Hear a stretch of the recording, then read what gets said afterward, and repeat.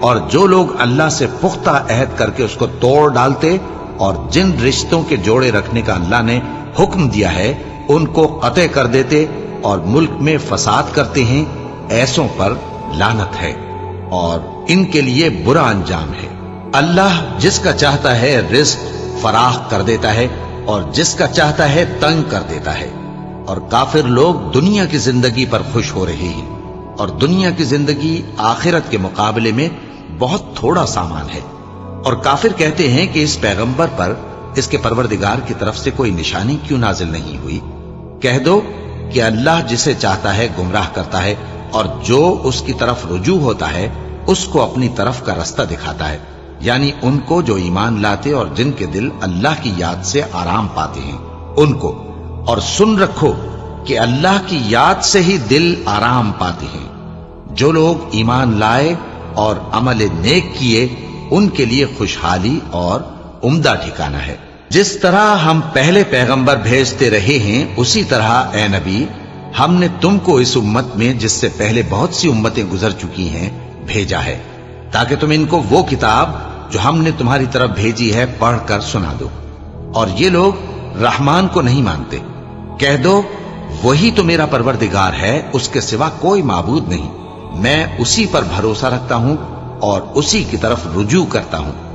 اور اگر کوئی قرآن ایسا ہوتا کہ اس کی تاثیر سے پہاڑ چل پڑتے یا زمین پھٹ جاتی یا مردوں سے کلام کر سکتے تو کیا یہ لوگ ایمان لے آتے؟ بات یہ ہے کہ سب باتیں اللہ کے اختیار میں ہیں، تو کیا مومنوں کو اس سے اطمینان نہیں ہوا کہ اگر اللہ چاہتا تو سب لوگوں کو ہدایت کے رستے پر چلا دیتا؟ اور کافروں پر ہمیشہ ان کے اعمال کے بدلے آفت آتی رہے گی یا ان کے مکانات کے قریب نازل ہوتی رہے گی، یہاں تک کہ اللہ کا وعدہ آ پہنچے۔ بے شک اللہ وعدہ خلاف نہیں کرتا۔ اور تم سے پہلے بھی رسولوں کے ساتھ تمسخر ہوتے رہے ہیں، تو میں نے کافروں کو مہلت دی، پھر میں نے ان کو پکڑ لیا، سو دیکھ لو کہ میرا عذاب کیسا رہا۔ تو کیا وہ جو ہر شخص کے اعمال کا نگراں و نگہبان ہے وہ بتوں کی طرح بے علم و بے خبر ہو سکتا ہے؟ اور ان لوگوں نے اللہ کے شریک مقرر کر رکھے ہیں، ان سے کہو کہ ذرا ان کے نام تو لو۔ کیا تم اسے ایسی چیزیں بتاتے ہو جو روئے زمین پر ہیں اور اسے معلوم نہیں، یا تم لوگ محض سطحی بات کی تقلید کرتے ہو؟ اصل یہ ہے کہ کافروں کو ان کے فریب خوبصورت معلوم ہوتے ہیں اور وہ ہدایت کے رستے سے روک لیے گئے ہیں، اور جسے اللہ گمراہ رہنے دے اسے کوئی ہدایت کرنے والا نہیں۔ ان کو دنیا کی زندگی میں بھی عذاب ہے اور آخرت کا عذاب تو بہت ہی سخت ہے، اور ان کو اللہ کے عذاب سے کوئی بھی بچانے والا نہیں۔ جس جنت کا پرہیزگاروں سے وعدہ کیا گیا ہے اس کی شان یہ ہے کہ اس کے نیچے نہریں بہ رہی ہیں، اس کے پھل ہمیشہ باقی رہنے والے ہیں اور اس کے سائے بھی۔ یہ ان لوگوں کا انجام ہے جو متقی ہیں، اور کافروں کا انجام دوزخ ہے۔ اور جن لوگوں کو ہم نے کتاب دی ہے وہ اس کتاب سے جو تم پر نازل ہوئی ہے خوش ہوتی ہیں، اور بعض فرقے اس کی بعض باتیں نہیں بھی مانتے۔ کہہ دو کہ مجھ کو یہی حکم ہوا ہے کہ اللہ ہی کی عبادت کروں اور اس کے ساتھ کسی کو شریک نہ بناؤں، میں اسی کی طرف بلاتا ہوں اور اسی کی طرف مجھے لوٹنا ہے۔ اور اسی طرح ہم نے اس قرآن کو عربی زبان کا فرمان بنا کر نازل کیا ہے، اور اگر تم علم آ جانے کے بعد ان لوگوں کی خواہشوں کے پیچھے چلو گے تو اللہ کے سامنے کوئی نہ تمہارا مددگار ہوگا اور نہ کوئی بچانے والا۔ اور اے نبی ہم نے تم سے پہلے بھی پیغمبر بھیجے تھے اور ان کو بیویاں اور اولاد بھی دی تھی، اور کسی پیغمبر کے اختیار کی بات نہ تھی کہ اللہ کے حکم کے بغیر کوئی نشانی لے آتا۔ ہر حکم قضا کتاب میں لکھا ہوا ہے۔ اللہ جس چیز کو چاہتا ہے مٹا دیتا ہے اور جس کو چاہتا ہے باقی رکھتا ہے، اور اسی کے پاس اصل کتاب ہے۔ اور اگر ہم کوئی عذاب جس کا ان لوگوں سے وعدہ کرتے ہیں تمہیں دکھائیں، یعنی تمہارے روبرو ان پر نازل کریں، یا تمہاری مدت حیات پوری کر دیں، یعنی تمہارے انتقال کے بعد عذاب بھیجیں، تو تمہارا کام ہمارے احکام کا پہنچا دینا ہے اور ہمارا کام حساب لینا ہے۔ کیا انہوں نے نہیں دیکھا کہ ہم زمین کو اس کے کناروں سے گھٹاتے چلے آ رہے ہیں؟ اور اللہ جیسا چاہتا ہے حکم کرتا ہے، کوئی اس کے حکم کا رد کرنے والا نہیں، اور وہ جلد حساب لینے والا ہے۔ جو لوگ ان سے پہلے تھے وہ بھی بہتیری تدبیریں کرتے رہے ہیں، سو تدبیر تو سب اللہ ہی کی ہوتی ہے۔ ہر شخص جو کچھ کر رہا ہے اللہ اسے جانتا ہے، اور کافر جلد معلوم کر لیں گے کہ آخرت میں اچھا انجام کس کے لیے ہوتا ہے۔ اور کافر لوگ کہتے ہیں کہ تم پیغمبر نہیں ہو، کہہ دو کہ میرے اور تمہارے درمیان اللہ اور وہ شخص جس کے پاس کتاب آسمانی کا علم ہے بطور گواہ کافی ہے۔ شروع اللہ کا نام لے کر جو بڑا مہربان نہایت رحم والا ہے۔ الف لام را، یہ ایک پر نور کتاب ہے، اس کو ہم نے تم پر اس لیے نازل کیا ہے کہ تم لوگوں کو اندھیروں سے نکال کر روشنی کی طرف لے جاؤ، یعنی ان کے پروردگار کے حکم سے عزت والے خوبیوں والے مالک کے راستے کی طرف، یعنی اس اللہ کے راستے کی طرف کہ جو کچھ آسمانوں اور زمین میں ہے سب اسی کا ہے۔ اور ان کافروں کے لیے عذاب شدید کی وجہ سے تباہی اور بربادی مقدر ہے، جو آخرت کے مقابلے میں دنیاوی زندگی کو پسند کرتے اور لوگوں کو اللہ کے راستے سے روکتے اور اس میں کجی چاہتے ہیں۔ یہ لوگ بڑے دور کی گمراہی میں ہیں، اور ہم نے کوئی پیغمبر نہیں بھیجا مگر وہ اپنی قوم کی زبان بولتا تھا تاکہ انہیں احکام الہی کھول کھول کر بتا دے۔ پھر اللہ جسے چاہتا ہے گمراہ رہنے دیتا ہے اور جسے چاہتا ہے ہدایت دیتا ہے، اور وہ غالب ہے، حکمت والا ہے۔ اور ہم نے موسیٰ کو اپنی نشانیاں دے کر بھیجا کہ اپنی قوم کو تاریکیوں سے نکال کر روشنی میں لے جاؤ اور ان کو اللہ کے دن یاد دلاؤ، اور اس میں ان لوگوں کے لیے جو صابر و شاکر ہیں نشانیاں ہیں۔ اور جب موسیٰ نے اپنی قوم سے کہا کہ اللہ نے جو تم پر مہربانیاں کی ہیں ان کو یاد کرو، جبکہ اس نے تم کو فرعون کی قوم سے رہائی بخشی، وہ لوگ تمہیں برے برے عذاب دیتے تھے اور تمہارے بیٹوں کو مار ڈالتے تھے اور تمہاری لڑکیوں کو زندہ رہنے دیتے تھے، اور اس میں تمہارے پروردگار کی طرف سے بڑی آزمائش تھی۔ اور جب تمہارے پروردگار نے تم کو آگاہ کیا کہ اگر شکر کرو گے تو میں تمہیں زیادہ دوں گا، اور اگر ناشکری کرو گے تو یاد رکھو کہ میرا عذاب بھی سخت ہے۔ اور موسیٰ نے صاف صاف کہہ دیا کہ اگر تم اور جتنے اور لوگ زمین میں ہیں سب کے سب ناشکری کرو تو بھی اللہ بے نیاز ہے، قابل تعریف ہے۔ بھلا تم کو ان لوگوں کے حالات کی خبر نہیں پہنچی جو تم سے پہلے تھے، یعنی نوح اور عاد اور سمود کی قوم اور جو ان کے بعد تھے، جن کا علم اللہ کے سوا کسی کو نہیں۔ جب ان کے پاس ان کے پیغمبر نشانیاں لے کر آئے تو انہوں نے اپنے ہاتھ ان کے منہوں پر رکھ دیے کہ خاموش رہو، اور کہنے لگے کہ ہم تو تمہاری رسالت کو تسلیم نہیں کرتے، اور جس چیز کی طرف تم ہمیں بلاتے ہو ہم کو اس میں بھاری شک ہے۔ ان کے پیغمبروں نے کہا کیا تم کو اللہ کے بارے میں شک ہے جو آسمانوں اور زمین کا پیدا کرنے والا ہے؟ وہ تمہیں اس لیے بلاتا ہے کہ تمہارے گناہ بخشے اور ایک مدت مقرر تک تم کو مہلت دے۔ وہ بولے کہ تم تو ہمارے ہی جیسے آدمی ہو، تمہارا یہ منشا ہے کہ جن چیزوں کو ہمارے بڑے پوجتے رہے ہیں ان کے پوجنے سے تم ہمیں روک دو، تو اچھا کوئی کھلی دلیل لاؤ، یعنی معجزہ دکھاؤ۔ پیغمبروں نے ان سے کہا کہ ہاں ہم تمہارے ہی جیسے آدمی ہیں، لیکن اللہ اپنے بندوں میں سے جس پر چاہتا ہے نبوت کا احسان کرتا ہے، اور ہمارے اختیار کی بات نہیں کہ ہم اللہ کے حکم کے بغیر تم کو تمہاری فرمائش کے مطابق معجزہ دکھائیں۔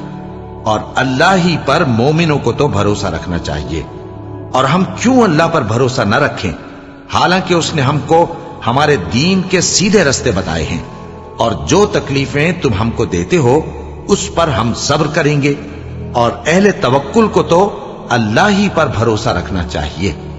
اور جو کافر تھے انہوں نے اپنے پیغمبروں سے کہا کہ یا تو ہم تم کو اپنے ملک سے باہر نکال دیں گے یا تم ہمارے مذہب میں واپس آ جاؤ۔ بس ان کے پروردگار نے ان کی طرف وحی بھیجی کہ ہم ظالموں کو ہلاک کر دیں گے اور ان کے بعد تم کو اس زمین میں آباد کر دیں گے۔ یہ اس شخص کے لیے ہے جو قیامت کے روز میرے سامنے کھڑے ہونے سے ڈرے اور میرے عذاب سے خوف کرے۔ اور پیغمبروں نے اللہ سے فتح چاہی اور ہر سرکش ضدی نامراد رہ گیا۔ اس کے پیچھے دوزخ ہے اور اسے پیپ والا پانی پلایا جائے گا، وہ اس کو گھونٹ گھونٹ کر کے پیے گا اور گلے سے نہیں اتار سکے گا، اور ہر طرف سے اسے موت آ رہی ہوگی مگر وہ مرنے میں نہیں آئے گا اور اس کے بعد سخت عذاب ہوگا۔ جن لوگوں نے اپنے پروردگار سے کفر کیا ان کے اعمال کی مثال راکھ کی سی ہے کہ آندھی کے دن اس پر زور کی ہوا چلے جو اسے اڑا لے جائے۔ اسی طرح جو کام وہ کرتے رہے ان پر ان کو کچھ قابو نہ ہوگا۔ یہی تو پرلے سرے کی گمراہی ہے۔ کیا تم نے نہیں دیکھا کہ اللہ نے آسمانوں اور زمین کو تدبیر سے پیدا کیا ہے؟ اگر وہ چاہے تو تم کو نابود کر دے اور تمہاری جگہ نئی مخلوق پیدا کر دے، اور یہ اللہ کو کچھ بھی مشکل نہیں۔ اور قیامت کے دن سب لوگ اللہ کے سامنے کھڑے ہوں گے تو غریب پیروکار بڑے بن بیٹھنے والوں سے کہیں گے کہ ہم تو تمہارے پیرو تھے، کیا تم اللہ کا کچھ عذاب ہم پر سے دفع کر سکتے ہو؟ وہ کہیں گے کہ اگر اللہ ہم کو ہدایت کرتا تو ہم تم کو ہدایت کرتے۔ اب ہم گھبراہٹ ظاہر کریں یا صبر کریں ہمارے حق میں برابر ہے، کوئی جگہ رہائی کی ہمارے لیے نہیں ہے۔ اور جب حساب کتاب کا کام فیصل ہو چکے گا تو شیطان کہے گا جو وعدہ اللہ نے تم سے کیا تھا وہ تو سچا تھا، اور جو وعدہ میں نے تم سے کیا تھا وہ جھوٹا تھا، اور میرا تم پر کسی طرح کا زور نہیں تھا۔ ہاں، میں نے تم کو گمراہی اور باطل کی طرف بلایا تو تم نے جلدی سے اور بے دلیل میرا کہنا مان لیا۔ تو آج مجھے ملامت نہ کرو، اپنے آپ ہی کو ملامت کرو۔ نہ میں تمہاری فریاد رسی کر سکتا ہوں اور نہ تم میری فریاد رسی کر سکتے ہو۔ میں اس بات سے انکار کرتا ہوں کہ تم پہلے مجھے شریک بناتے تھے۔ بے شک جو ظالم ہیں ان کے لیے درد دینے والا عذاب ہے۔ اور جو ایمان لائے اور عمل نیک کرتے رہے وہ بہشتوں میں داخل کیے جائیں گے جن کے نیچے نہریں بہ رہی ہیں۔ اپنے پروردگار کے حکم سے وہ ہمیشہ ان میں رہیں گے، وہاں وہ ہر ملاقات پر ایک دوسرے کو سلام کہیں گے۔ کیا تم نے نہیں دیکھا کہ اللہ نے کلمہ طیبہ کی کیسی مثال بیان فرمائی ہے؟ وہ ایسی ہے جیسے پاکیزہ درخت جس کی جڑ مضبوط ہو اور شاخیں آسمان میں پھیلی ہو۔ وہ اپنے پروردگار کے حکم سے ہر موقع پر پھل لاتا ہو، اور اللہ لوگوں کے لیے مثالیں بیان فرماتا ہے تاکہ وہ نصیحت حاصل کریں۔ اور ناپاک بات یعنی غلط عقیدے کی مثال ناپاک درخت کی سی ہے کہ وہ زمین کے اوپر ہی سے اکھیڑ کر پھینک دیا جائے، اس کو ذرا بھی قرار و ثبات نہیں۔ اللہ مومنوں کے دلوں کو صحیح اور پکی بات سے دنیا کی زندگی میں بھی مضبوط رکھتا ہے اور آخرت میں بھی رکھے گا۔ اور اللہ بے انصافوں کو گمراہ کر دیتا ہے، اور اللہ جو چاہتا ہے کرتا ہے۔ کیا تم نے ان لوگوں کو نہیں دیکھا جنہوں نے اللہ کے احسان کو ناشکری سے بدل دیا اور اپنی قوم کو تباہی کے گھر میں لا اتارا، یعنی دوزخ میں کہ سب ناشکرے اس میں داخل ہوں گے، اور وہ برا ٹھکانہ ہے۔ اور ان لوگوں نے اللہ کے شریک مقرر کیے کہ لوگوں کو اس کے رستے سے گمراہ کریں۔ کہہ دو کہ چند روز فائدے اٹھا لو، آخر کار تم کو دوزخ کی طرف لوٹ کر جانا ہے۔ اے پیغمبر، میرے مومن بندوں سے کہہ دو کہ نماز پڑھا کریں، اور اس دن کے آنے سے پیشتر جس میں نہ اعمال کا سودا ہوگا اور نہ دوستی کام آئے گی، ہمارے دیے ہوئے مال میں سے پوشیدہ اور علانیہ خرچ کرتے رہیں۔ اللہ ہی تو ہے جس نے آسمانوں اور زمین کو پیدا کیا اور آسمان سے مے برسایا، پھر اس سے تمہارے کھانے کے لیے پھل پیدا کیے اور کشتیوں اور جہازوں کو تمہارے زیر فرمان کیا تاکہ وہ سمندر میں اس کے حکم سے چلیں، اور نہروں کو بھی تمہارے زیر فرمان کیا، اور سورج اور چاند کو تمہارے لیے کام میں لگا دیا کہ دونوں دن رات ایک ڈگر پر چل رہے ہیں، اور رات اور دن کو بھی تمہاری خاطر کام میں لگا دیا، اور جو کچھ تم نے مانگا سب میں سے تم کو عنایت کیا۔ اور اگر اللہ کے احسان گننے لگو تو شمار نہ کر سکو، مگر لوگ نعمتوں کا شکر نہیں کرتے۔ کچھ شک نہیں کہ انسان بڑا بے انصاف ہے، ناشکرا ہے۔ اور جب ابراہیم نے دعا کی کہ اے میرے پروردگار، اس شہر کو لوگوں کے لیے امن کی جگہ بنا دے، اور مجھے اور میری اولاد کو اس بات سے کہ بتوں کی پرستش کرنے لگیں بچائے رکھیو۔ اے پروردگار، انہوں نے بہت سے لوگوں کو گمراہ کیا ہے، سو جس شخص نے میرا کہا مانا وہ میرا ہے، اور جس نے میری نافرمانی کی تو تو بخشنے والا ہے، مہربان ہے۔ اے پروردگار، میں نے اپنی اولاد ایک وادی میں جہاں کھیتی نہیں، تیرے عزت و ادب والے گھر کے پاس لا بسائی ہے۔ اے پروردگار، تاکہ یہ نماز پڑھیں، سو تو لوگوں کے دلوں کو ایسا کر دے کہ ان کی طرف جھکے رہیں، اور ان کو میووں سے روزی دیتے رہنا تاکہ تیرا شکر کریں۔ اے پروردگار، جو بات ہم چھپاتے اور جو ظاہر کرتے ہیں تو سب جانتا ہے، اور اللہ سے کوئی چیز مخفی نہیں، نہ زمین میں نہ آسمان میں۔ اللہ کا شکر ہے جس نے مجھ کو بڑی عمر میں اسماعیل اور اسحاق بخشے، بے شک میرا پروردگار دعا سننے والا ہے۔ اے پروردگار، مجھ کو ایسی توفیق عنایت کر کہ نماز پڑھتا رہوں، اور میری اولاد کو بھی یہ توفیق بخش۔ اے پروردگار، میری دعا قبول فرما۔ اے پروردگار، حساب کتاب کے دن میری اور میرے ماں باپ کی اور مومنوں کی مغفرت کیجو۔ شروع اللہ کا نام لے کر جو بڑا مہربان نہایت رحم والا ہے۔ اور مومنوں، یہ نہ سمجھنا کہ یہ ظالم جو کام کر رہے ہیں اللہ ان سے بے خبر ہے۔ وہ ان کو اس دن تک مہلت دے رہا ہے جبکہ دہشت کے سبب آنکھیں پھٹی کی پھٹی رہ جائیں گی، اور لوگ سر اٹھائے ہوئے میدان قیامت کی طرف دوڑ رہے ہوں گے، ان کی نگاہیں خود اپنی طرف لوٹ نہ سکیں گی، اور ان کے دل مارے خوف کے ہوا ہو رہے ہوں گے۔ اور لوگوں کو اس دن سے آگاہ کر دو جب ان پر عذاب آ جائے گا، تب ظالم لوگ کہیں گے کہ اے ہمارے پروردگار، ہمیں تھوڑی سی مہلت عطا کر تاکہ ہم تیری دعوت توحید قبول کریں اور تیرے پیغمبروں کے پیچھے چلیں۔ تو جواب ملے گا، کیا تم پہلے قسمیں نہیں کھایا کرتے تھے کہ تم کو اس حال سے جس میں تم ہو زوال نہیں ہوگا؟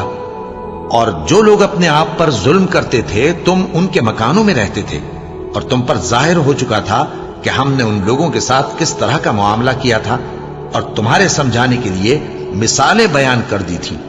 اور انہوں نے بڑی بڑی تدبیریں کی، اور ان کی سب تدبیریں اللہ کے ہاں لکھی ہوئی ہیں۔ گو وہ تدبیریں ایسی غضب کی تھیں کہ ان سے پہاڑ بھی ٹل جائیں۔ تو ایسا خیال نہ کرنا کہ اللہ نے جو اپنے پیغمبروں سے وعدہ کیا ہے وہ اس کے خلاف کرے گا۔ بے شک اللہ زبردست ہے، بدلہ لینے والا ہے۔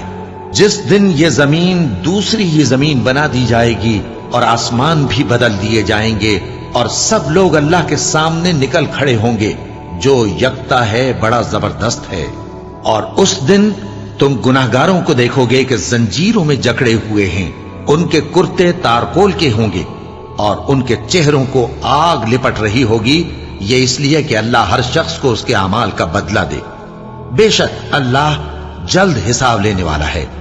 یہ قرآن لوگوں کے نام اللہ کا پیغام ہے تاکہ ان کو اس سے ڈرایا جائے، اور تاکہ وہ جان لیں کہ وہی اکیلا معبود ہے، اور تاکہ اہل عقل نصیحت حاصل کریں۔